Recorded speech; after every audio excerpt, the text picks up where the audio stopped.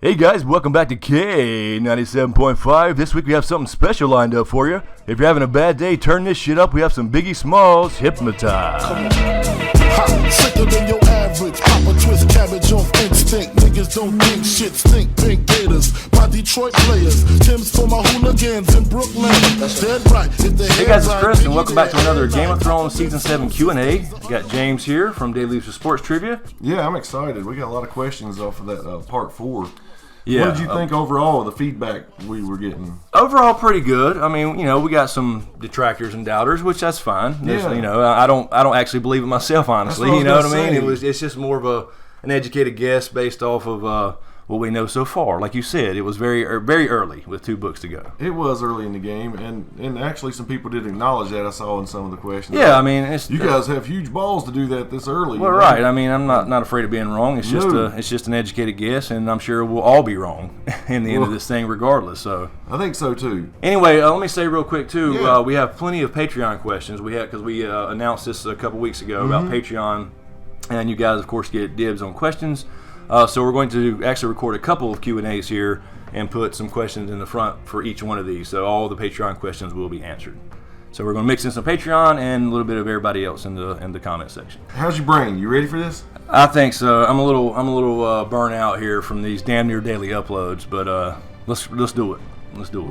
From what I've seen around here, if you would quit watching Teen Mom long enough and focus on this shit. If you'll never catch me with no shit like that.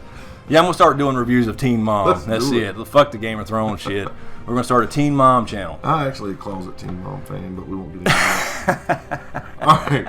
First question. Alexis Bell says, Q&A. You've mentioned a couple times that maybe there was a handmaiden or something that knows about Jon's birth. But what about a maester?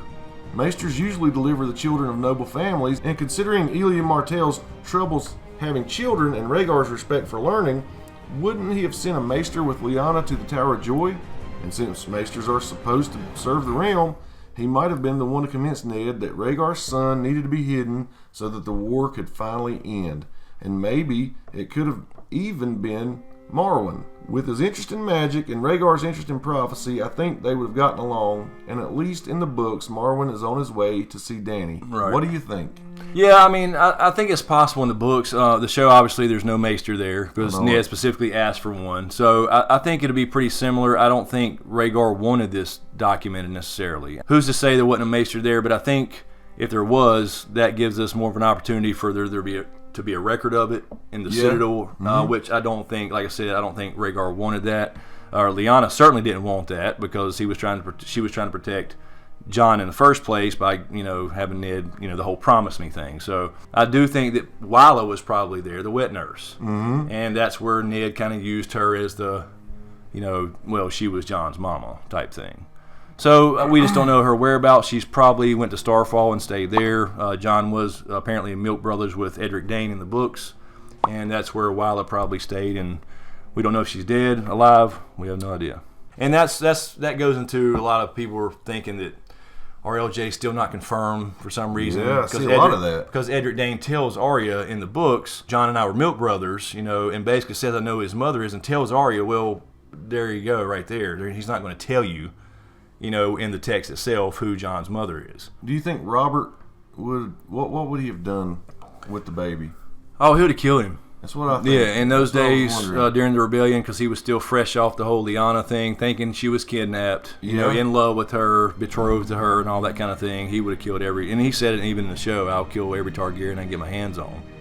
And that's when we're introduced to Dany, so. That's terrible to think, though. Yeah. I mean, that's the thing, when in the books, when Ned gets back to King's Landing and realizes it's been sacked by Tywin, for Robert. Right. And Tywin presented Rhaegar's kids dead. I know. And Ned and Robert had the biggest falling out in their life because he didn't support the slaughtering of kids. No. Regardless of their name. So, but that was Robert's thinking to quell any future rebellions. What would have happened if she would have survived and he would have found out? He would have killed the baby. What do you think he would have done with her? That's hard to say. I think in that case, if he would have wanted to hurt Lyanna in some way, Ned would have went to war with Robert. Damn right. I mean, period. I mean, it could have been a hell of a different story. Oh yeah, that would have been a whole thing. That would have been, potentially Ned Stark sitting on the Iron Throne. He wouldn't want to sit the Iron Throne, but he would definitely fight Robert for his family. So yeah, that'd have been a hell of a war. Second question comes from Andrew Smith. Andrew says, "Hey, Chris and James, it seemed as if the Night King definitely knew who the three-eyed Raven is right before he killed him." We've talked about that. Oh yeah, definitely. So I assume the Raven knows quite a bit on the Night King and maybe even how to defeat him as well. So I was wondering, what are your thoughts on the possibility of the three-eyed Raven and Bran continuing their training, maybe using an older timeline? Keep up the great work, guys. Your videos are top notch. Yeah, that's interesting. That sounds like where Bran could go back and visit him still alive. But the thing is apparently, if you go by what we kind of understand about werewood.net, is he's going to live on anyway.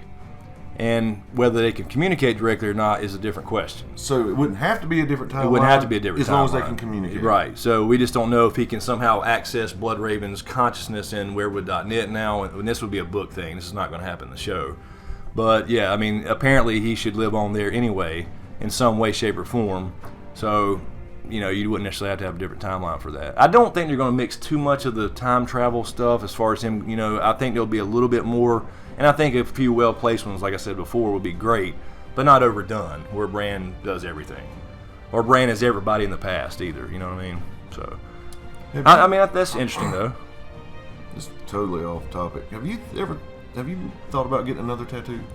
Yeah, yes, many. I think a three-eyed Raven tattoo could be pretty damn wicked. Oh, yeah, I mean, one of my favorite pictures from this series is the poster that I have on the wall, which is the Raven. It's my wallpaper. I just love that for some reason. The three-eyed crow with the sword falling out, its feathers. Awesome, man. Yeah, that'd be pretty badass. I bet this show has actually spawned a lot of cool tattoos. No doubt. If you have any, man, send us. Put them in the comments, man. I'd like to see it. Yeah, tag me in your got tattoos or Ice and Fire tattoos on Twitter or something. That'd be cool. Okay, third question comes from Ashley Smith. Ashley says, "So I'm just sitting here drinking wine and making tacos after a 14-hour day at work, listening to the usual Game of Thrones updates. And I heard that apparently HBO hasn't signed on for Season 8 yet because they can't decide on a final episode count. Originally, there were supposed to be 6, I believe. Right. But this could potentially change that. Thoughts? Also, they allegedly said that they would be stupid not to do a spin-off, and the spin-off would most likely be a prequel. What prequel would you personally, and James, if this makes it to Q&A, like to see? Do you think it would be as good as Game of Thrones? I can't see how it would be, but it would be better than a world without any ice or fire." Right, I agree. First off, Ashley, when you work 14 hours, don't go home and make anything. Just get some takeout. All right, number one. Good point. Yeah. I think HBO is actually signed for 8 seasons. I just don't think they've actually narrowed down or, hammered it out exact details about the 8th season. Okay. That's my understanding. I could be wrong, but I believe that's correct. They do have 8 seasons booked and signed and all that stuff. Originally said they had about 13, 14 hours left to do after season 6. So 7 and 6 was the original count we were given. But apparently there's been a little bit of walking back on season 8. So we definitely know 7 is going to have 7 and 8 still 6 as far as we know, but it may have more, but they also just may be longer episodes. So it depends on. I just don't know the details of what they're missing. Yeah, I'd like to see something on Maester Aemon. He has a lot of stories to tell. Yeah, and that's what I'm gonna say. If you had a Robert's Rebellion era thing, or right before Robert's Rebellion up until Robert's Rebellion, something like that, you had Maester Aemon was in touch with Rhaegar. So you got Rhaegar corresponding back and forth with Maester Aemon. You have Maester Aemon going to the wall with Bloodraven. You get a lot of backstory on Bloodraven. That's Brendan Rivers, the Blackfire Rebellions. He went to the wall with Bloodraven? Yeah, he was escorted by. That's when Brendan Rivers went to the wall. Later became Lord Commander, and then of course disappeared and became the Three-Eyed Crow or Raven. So I mean, you got a lot of. There's so much stuff there. That's the show. I mean, would give you younger versions of characters that you already know and love. Right? And then to see Rhaegar, would be fucking fantastic. Now, if they do a Rhaegar though, they got to cast him right. You darn right. Even if we see a flashback in season 7, which I hope we do. Yeah, they got to do him right. We've talked about. He's been talked up so much. You want to learn about that would even be a good story in and of itself, is like his backstory as a kid, when all of a sudden he read a book and said, well, it seems I must be a warrior. You know, and he goes out, I need a shield and a sword. I got to be a warrior because I read this prophecy. Right, trying to fit the prophecy. So he's as strong a character to never have screen time as I can think of. Exactly. Really, and everybody wants to see him, you know. So, I mean, it's vital to the story. Would you like to see, like, the little Clegane boys? Yeah, I mean, that's what I mean. You could fit, like, in a Robert's Rebellion timeline, that era, you could fit all kinds of stuff in there. You could go before a few years, and you could see, like, the Cleganes growing up, and, you know, the Hound get burnt, for example. Man, yeah. You know, by the mountain, and see all those backstories that you kind of hear about, or at least gets hinted at, you know, in the current show. So that, I would love to see Aegon's conquest, you know, the history of the Targaryens coming over, and how he, you know, what was cool about Aegon's conquest, he didn't just go destroy everybody. Mm-hmm. He went over from Essos, landed on Dragonstone for a while, and adopted their customs. Used a sigil, for example, created the three-headed dragon because him and his sister wives. Wow. And said, you know what, I'm one of you. Now, he didn't just go out and destroy everybody. He warned people, hey, I'll be your king. I'm going to unite the country, whatever. But if you don't want to play, I have dragons, by the way. Yeah. So it was always one of those, you know, he wasn't just some asshole who went and destroyed everybody. You know what I mean? He did conquer, but at the same time, he let people start supporting him because he was one of them as a Westerosi. Yeah. Not some foreigner. So it would be a cool story. That's a great question, Ashley, and I think this is another thing. Guys, comment on what you'd like to see. That would be really cool. Yeah, there's so much history. There's so much rich stuff in this that, you know, it could be an entire show. Next question comes from Betsy Lease, or Lice. Sorry, Betsy.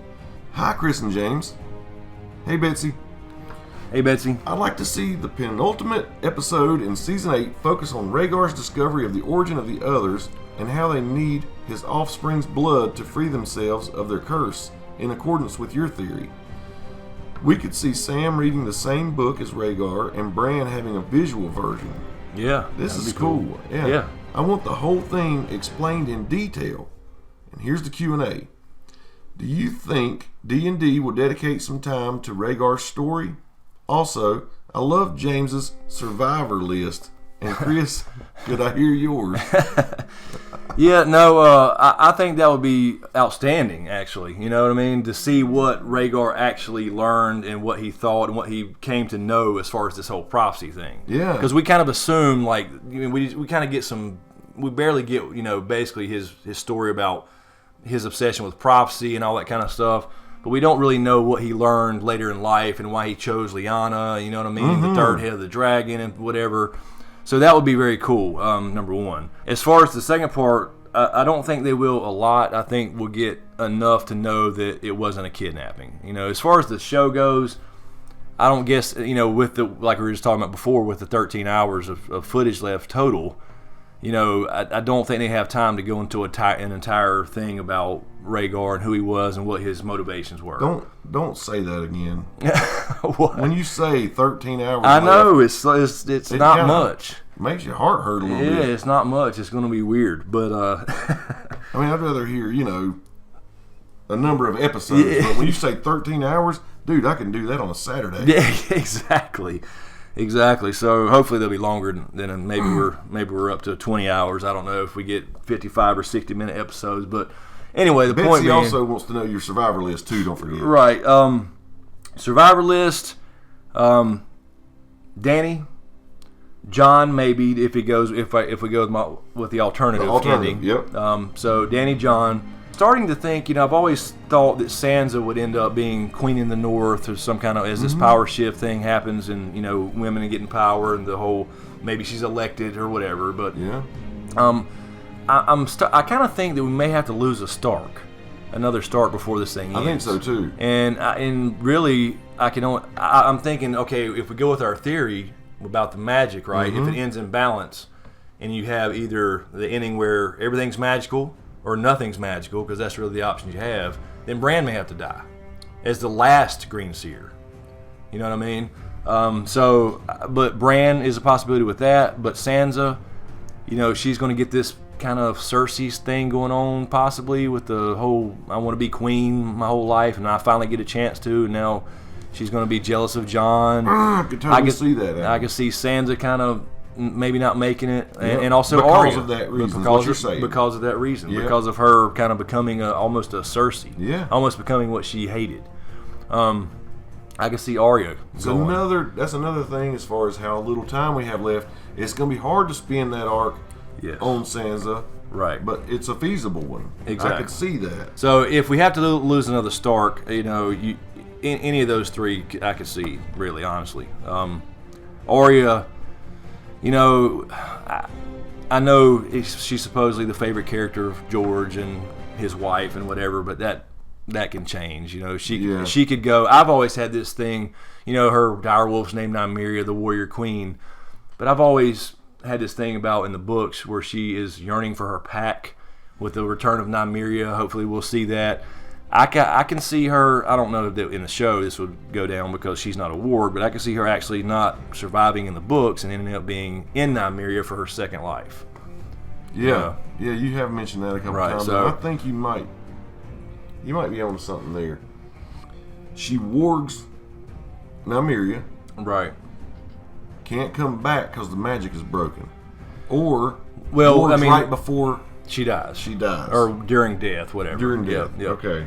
That's the way I would picture Kind of like when John was dead and it was a cliffhanger. All right. And there was speculation that did he warg? Right. And I think in the books that's probably more than likely because his last words in the book was ghost, not Ollie. Okay. So in the book he is a warg. He just kind of pushes it away, but he does have wolf dreams, which is the first stages of it and everything else. So that would be cool if you had that ability. You would. I think you would. Yeah. You wouldn't just die. I think that's why he said ghost. Do that. I think that's why he said it. He was like, okay, this is what I am. I'm powerful. Everybody's told me there's power in me, but I'm ignoring it. And he reaches out, ghost, and he's nearby, and that's where he's got to go until his body gets healed or whatever happens in the books, because he's still dead in the books. Keep forgetting that. Yeah. This is a question from Pooh Bear With Me. I like Pooh that. Bear. Pooh Bear With Me. Bear With Me. Q&A. Do you think there's a significance to the old three-eyed raven being fire and the new three-eyed raven being ice? No, I've never really thought about it that way, but that is partially true. What I've said before, though, is that Bloodraven was almost the first Ice and Fire baby. Right. Because, his father was Aegon the Fourth, who legitimized him as one of the great bastards, Targaryen. So there's this Targaryen hat, but his mother was a Blackwood, Melissa Blackwood.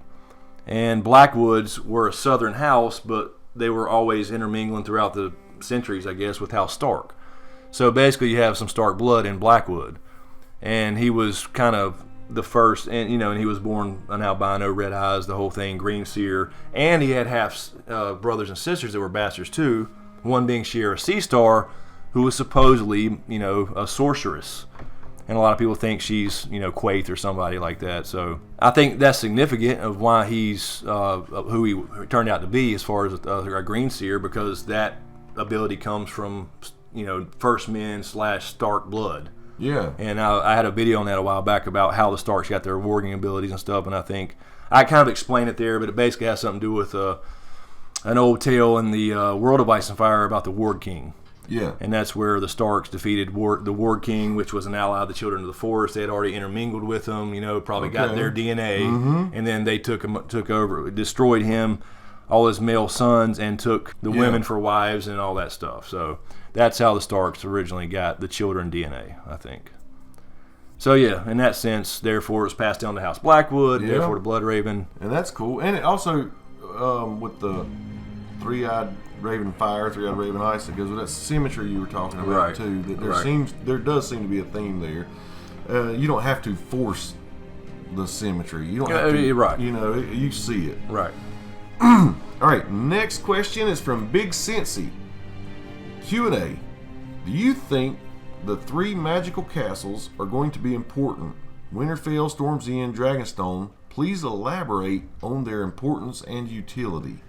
I think Winterfell maybe, we kind of said that a lot of people think Winterfell, and the significance of Winterfell would be that a lot of people think that's where the first war ended. Really? The first war for the Dome, whatever really happened. Yeah. Because then Bran the Builder raised Winterfell and named it Winterfell, as in the place where winter actually fell. Yeah, you told me So that makes sense that it could have something to do with it. Now, we talked about Dragon Part 4, that they're probably not going to, they'll go through there, but that's not necessarily their destination. Right. Like we're all kind of led to believe. So, I mean, it's certainly possible that there's something magical about it or something special about it, and we had this whole thing, history repeating itself. And if that was, in fact, where we find out, maybe Sam finds out in the Citadel, where the first war ended, therefore it was named Winterfell, sure, it could happen again. But I think they're going further south. I think they're going to the God's Eye, and I don't think it's going to be necessarily just a battle in the north. Storm's End? Storm's End, I don't really think there's anything special about as far as the end game with Storm's End. I just think we'll see, in the show at least, Gendry be the lord of that again. Yeah. Now, it was said that Storm's End was built and it got destroyed 6 times by the storm god or whatever, by the gods. And apparently the 7th time Bran the Builder was called in when he was still young to help build Storm's End, and he did, and the 7th time it lasted. It worked. Oh, okay, and no storm could bring it down or whatever. So there may have been some magical stuff involved with that supposedly, but I can't really see, there's nothing to my knowledge I would think it would become a big key to the end game. And Dragonstone, I think only in the sense of if we see this thing go back to a state-style system or a republic-style or whatever, it's going to change. It may not be overnight like we said before, but I could see Dany ending up back there and not necessarily on an Iron Throne. You know what I mean? So I don't think anything as far as, but they will perhaps get Dragonglass from there. I do think that's important. Yes, you do say that a lot.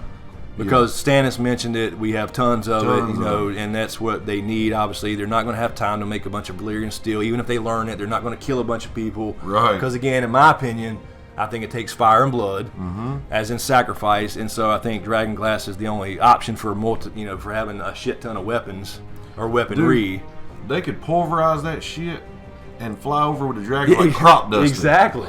I mean, I guess it's got to break the skin, but why not? Breathe? No, they don't breathe. I don't know. All right. No, that could work actually. Yeah, just inhale some Dragonglass dust. It's not a bad idea actually. Well, here you go. This last one is not really a question, but it's from Daniel Staub. And first off, Daniel, I have to say, when I saw your name, I thought of the baseball player Rusty Staub. His name's Daniel. And I just wondering, maybe you're related to him. You kind of look like you might be redheaded like he was. Le Grand Orange, that was his nickname. Anyway, Daniel says, I'm calling shenanigans. I think James is Tyler Labine from the Tucker and Dale movie. Now, Chris, you and I have heard that in the comments a lot. Tucker and Dale. Yes. My daughter and all her friends, they'll watch our videos from time to time. And one of her friends says, we remind them of Tucker and Dale. We've got to watch this movie finally. Apparently. We've got to watch it. Because I have no idea what they're talking about. And I know, me either. And let's just do it and do a video review or something on it. Yeah, we'll have to check it out because we have heard that a few times. Oh, it blows my mind. I know at least 8 or 10 times we've been called that. So I've got to check it out. We'll have to find out what all this hype is about. They're copying us, Tucker and Dale. Tucker and Dale. Yeah, our shit's natural. Yeah, that's right. Local ass. Local ass, right. Well, listen, brother, I'm gonna stop there on this first Q&A. We have so many questions since we did part 4, and then you've been doing all these foreshadowing videos. Right. I mean, we could literally, and we might, do 3 or 4 of these Q&As, Yeah. So that's what we'll do. We'll cut it off here, and then we'll just kind of record some more, and that way we'll have some more videos, and that way we can kind of release them every few days. You don't want a 2-hour Q&A. Right, with the foreshadowing stuff and some other stuff I got in mind, so we'll do that. All right, guys, so that will do it for this week's Q&A. Be sure to subscribe to get everything. Also, be sure to click the little notification bell beside the subscribe button because people are still being unsubscribed. I see it every time I upload a video. 5 or 10 are just going instantly, and I also make sure you're getting those notifications because people are not being notified. I'm still getting messages saying I didn't even know you had one out today. So Be sure to click that. I'm not getting them all. Yeah, I mean, something's still not right. So anyway, be sure to do that. As usual, thank you for all the support, especially to you guys on Patreon. And a big shout out to my executive Patreon SmokeScreen producers, Griffin, Vol Guy 10, Kissa Powell, Lala Gig, Marilyn Bentley, as well as Marc Joseph, aka the Snow in Winterfell. So thank you guys so much. Really, really appreciate it. Be sure to subscribe to get everything. Thanks for watching, and we'll see you next time.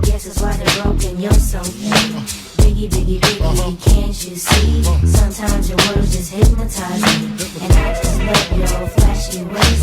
Guess that's why they broke in your soul. I put hoes in NY onto DKNY. Miami.